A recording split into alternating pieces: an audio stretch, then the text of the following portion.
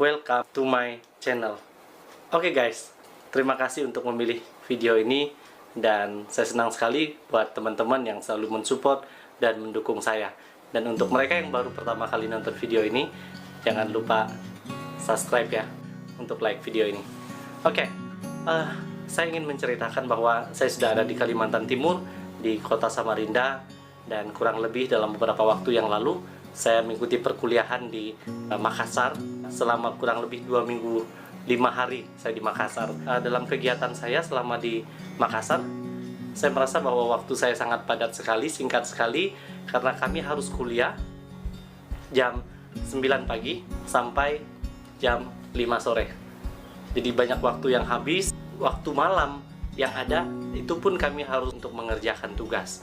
Jadi untuk waktu istirahat, ya paling beberapa jam istirahat lalu bangun pagi dan siap-siap untuk pergi kuliah. Dan ada begitu banyak teman-teman baru saya, baik dari S1, S2, sampai satu angkatan dengan saya.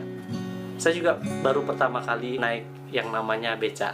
Kalau saya ingat di Tenggarong, pernah juga naik beca. Tahun 2003 sempat naik beca di Tenggarong. Dan kali ini, tahun 2018, saya naik beca lagi di Makassar.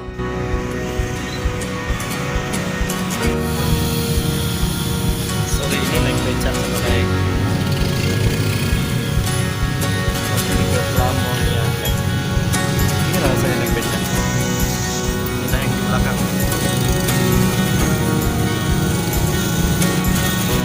Kenapa saya naik beca? Jam 9 pagi kami akan kuliah. Dan jarak tempuh dari tempat saya ke tempat kuliah itu lumayan, ya cukup memakan waktu. Hitung-hitung 10 menit atau 15 menit perjalanan. Dan memang kalau kita jalan kaki yang pertama kita akan capek, lalu yang kedua kita akan keringetan. Jadi saya lebih pilih untuk naik beca. Naik beca itu seperti apa ya? Seru, menegangkan, bahkan ya kalau kita berhadapan dengan kendaraan yang dari depan, rasanya jantung kita mau copot. Dua pilihan, mau tetap di beca atau kabur. Ya, saya senang sekali naik beca juga karena di beca ini full AC, dari mana-mana udara yang masuk. Jadi ya ada pengalaman tersendiri bagi saya naik beca. Walaupun nanti saya waktu naik beca terkadang harus bersama-sama dengan teman saya yang baru saya kenal juga, namanya Pak Marjani. Itu kenal dia waktu kuliah. Dan kami juga kalau tidak ada beca yang lain, akhirnya kami harus naik di sebuah beca yang duduknya berhempitan pas-pasan gitu ya. Jadi tas di kiri kanan. Halo guys, kami lagi di beca. Ini sama teman saya, teman kuliah, Pak siapa namanya? Marjani. Ya Pak Marjani. Jadi kami dua baru pulang kuliah dan begitulah kalau orang naik beca. Jadi kami akan ke tempat tinggal, dan tempat tinggal kami di guest house tadi. Tapi itulah keseruannya di kuliah.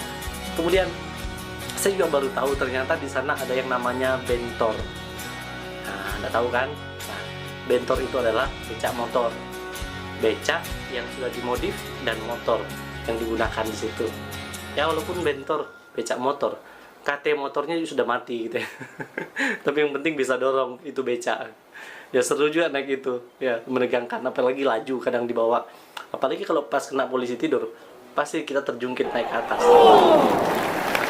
Nah, itu kisah saya. Lalu setelah kami perkuliahan dalam 1 minggu, minggu berikutnya ada yang wisuda. Pendeta Robi Panggara. Kali ini kami lagi di chapel, ada yang mau wisuda. Pak Robi dengan Martin. Ya, Pak Martin. Pak Martin. Jadi Pak Marjan sama saya duduk di depan. Ini ada beberapa yang duduk di belakang juga. Jadi Pak Martin sama Pak Robi akan wisuda hari ini. Kita ikuti wisuda mereka. Wisuda Doktor Teologi ke-7 Sekolah Tinggi Teologi Jamrai Makassar. Memasuki ruangan ujian.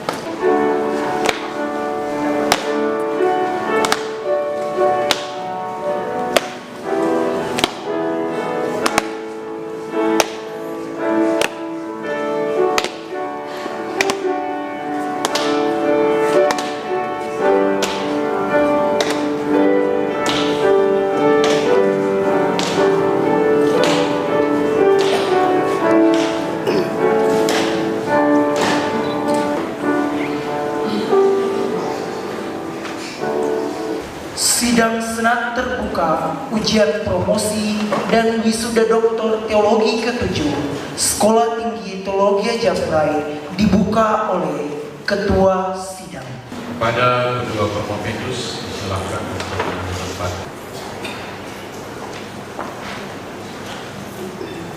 Ujian promosi dan wisuda program doktor teologi saya buka dengan resmi. Topik yang tidak berhenti dibahas oleh para penulis karena kepemimpinan merupakan faktor kunci bagi keberhasilan maupun kegagalan suatu organisasi. Menurut Bimo, kepemimpinan juga merupakan faktor penentu dalam sukses atau gagalnya suatu organisasi. Pertumbuhan gereja Gereja Indonesia daerah Samarinda. Pun latar belakang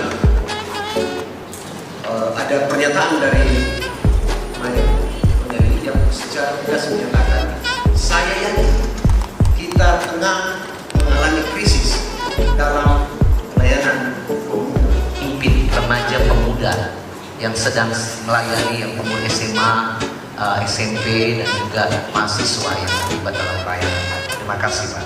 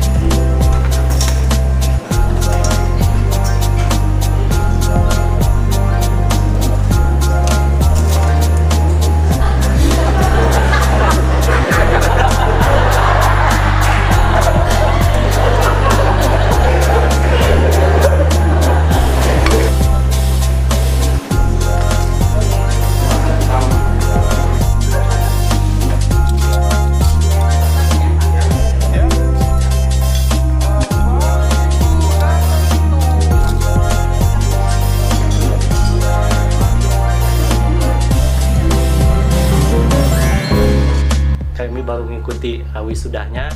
Dia sudah menyelesaikan disertasinya dengan baik, perkuliahannya dengan baik, dan sudah mendapat gelar doktor. Kami ucapkan selamat untuk gelar yang baru didapatkan. Jadi dalam 2 minggu 5 hari ada begitu banyak perkuliahan yang saya ikuti dari dosen-dosen yang ada di Indonesia, bahkan yang dari luar negeri.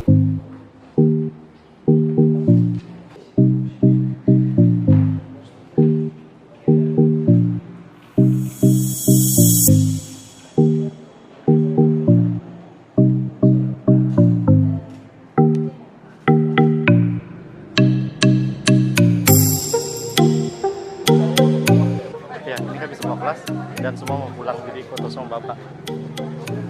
Mungkin kita mau wawancara Bapak kan? Apa pesan Bapak untuk kami? Jadilah anak yang baik, berbakti pada orang tua. Iya, Ya, itu ya. Baik, terima kasih banyak Pak. Ini hati nurani saya saja ya, supaya menjadi teladan bagi masyarakat. Saya selalu memperlihatkan mahasiswa S1. Saya membawa HP sekarang karena harus ada hotspot. Tapi saat saya tidak pernah membawa HP dalam kelas.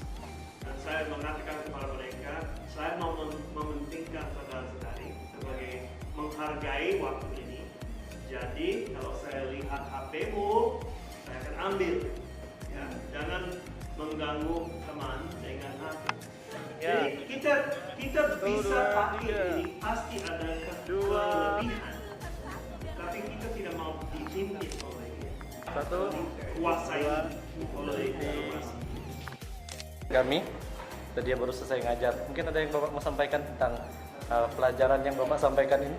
Oke, kami bicara tentang teologi dan sejarah misi, banyak diskusi tentang kontekstualisasi dalam globalisasi dan sejarah yang masalah-masalah yang muncul dalam sejarah. Jadi, terima kasih banyak Pak sudah mengajar kami. Jadi mungkin ya kalau untuk kontekstualisasi kita harus bisa melihat pelayanan misi. Ya, jadi terima kasih banyak Pak Andrew. Tuhan berkati. Ya. Membiasakan untuk terjadi kebiasaan.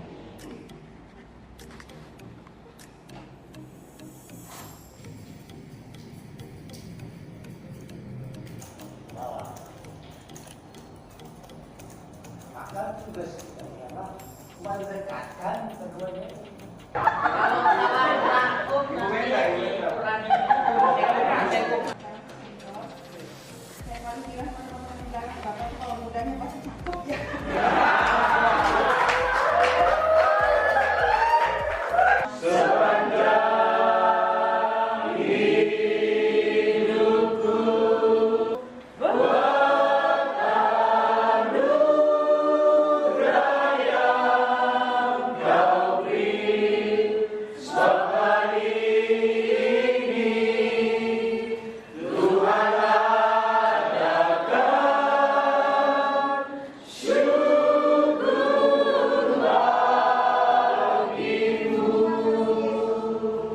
Halo guys, jadi ini dosen kami terakhir ngajar tentang teologi pembangunan. Kami senang sekali dengan Pak siapa nama lengkapnya? Wimpoli.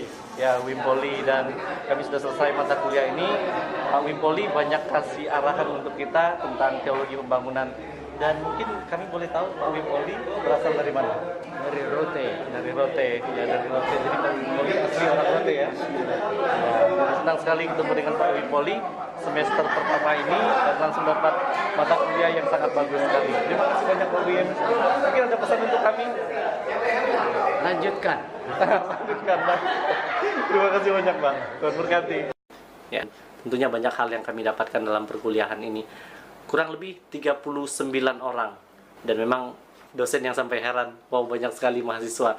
Biasanya kalau di kelas seperti ini paling tidak ada 10 orang saja. Ini sampai 39, kadang ada sampai 41 karena ada beberapa mata kuliah juga. Dan senang sekali karena semua kegiatan yang kami laksanakan berjalan dengan baik dan ketemu dengan dosen-dosen yang sudah mengajar kami, ya. Mereka mengajarkan banyak hal. Di akhir dari perkuliahan kami lagi, Bapak Pendeta Dr. Peniel Mayaweng mengundang kami untuk makan bersama di rumahnya. Jadi dia sudah siapkan menu makanan yang bagi kami luar biasa lezat sekali. Kami diundang makan di rumahnya dan inilah kami semua yang pergi makan di rumah Pak Penel. Kami lagi ngumpul. Atau kita disuruh ini? Ya, kita disuruh makan malam. Oh, mau makan malam. Kegiatan terakhir. Kegiatan terakhir kami, jadi kami ngumpul di rumah Pak Ketua. Semua kami yang ambil mata kuliah di sini semua. Ini Pak Sony, ini ritual terakhir kami di S3. Ini juga di sini.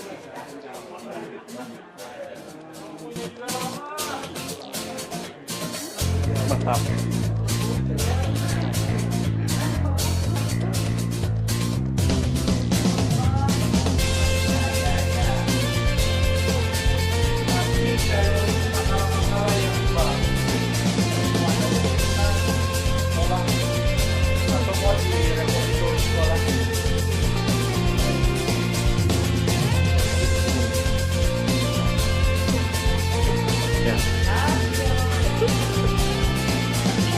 Lagi kerja ya.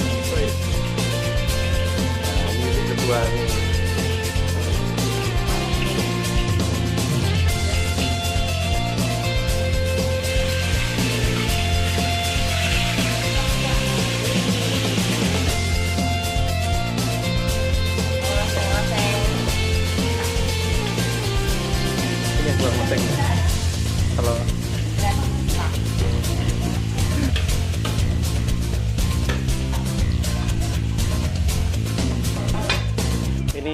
Pak Ketua.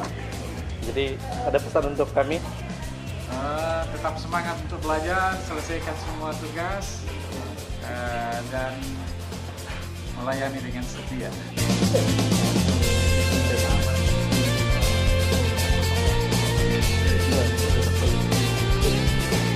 Mana Pak Firman? Mana Pak Firman? Pak Firman. Nah, Saya percaya kan. Sudah lama Pak Mesa cerita, tapi kami masih menganggap fiksi. oh ini kuenya. Ini terbuat dari apa ini? Kelapa, kacang, sama apa lagi nih? Ya, keju. Oh ya. Coba makan lagi.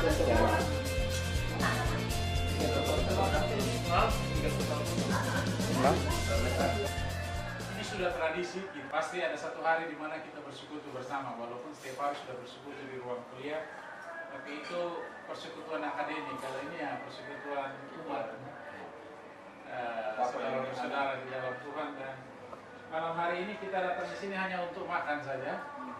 Untuk itu saya minta Pak Sebinus Luther berdoa untuk kita.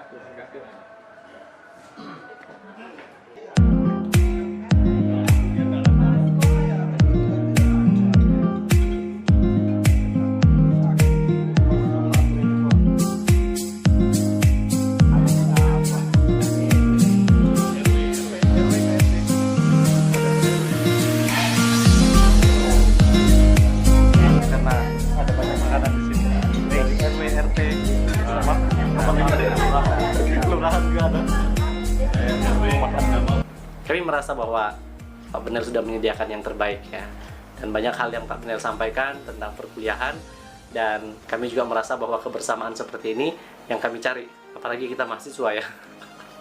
Tidak ada yang masak di rumah. Memang waktu saya akan kembali lagi kembali ke Kalimantan, saya sempat merasa tidak nyaman karena waktu itu ada kabar berita tentang Lion Air yang jatuh ya, dan ada begitu banyak orang yang alami musibah. Kemudian saya sudah booking tiket jauh hari sebelumnya untuk datang ke Makassar, dan juga tiket PP pulang dan pergi ya, kembali ke Kalimantan lagi. Saya harus ke Lion Air. Tapi saya senang sekali karena waktu saya akan berangkat esoknya ada Mbak Mary Riana ya, tiba-tiba dia live waktu itu di YouTube.